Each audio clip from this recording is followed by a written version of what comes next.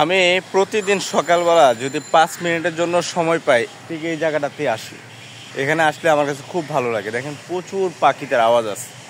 পাখিদের এই আওয়াজগুলি এখন ঢাকা শহরে পাওয়াটা খুব একেবারে রেয়ার, পাওয়া যায় না বললেই চলে। এখানে এখনও পর্যাপ্ত পাখি রয়েছে।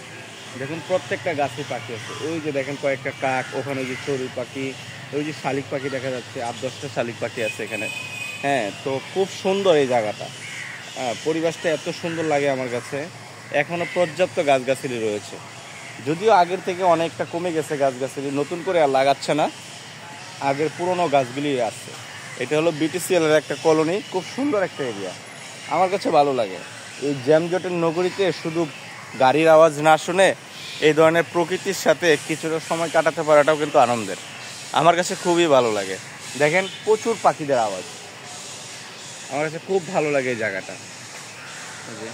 এখানে ছেলেমেয়েরা অনেকেই খেলাধুলা করে বিকালবেলা সকালবেলা, খুব সুন্দর একটা পরিবেশ, আমার কাছে অনেক ভালো লাগে। এই কলোনিগুলি খুবই সুন্দর, বসবাস করার জন্য খুবই ভালো। দেখেন একটা বাড়ি আছে ছোট্ট, আশেপাশে আর শুধু গাছগাছালি, খুবই ভালো পরিবেশ।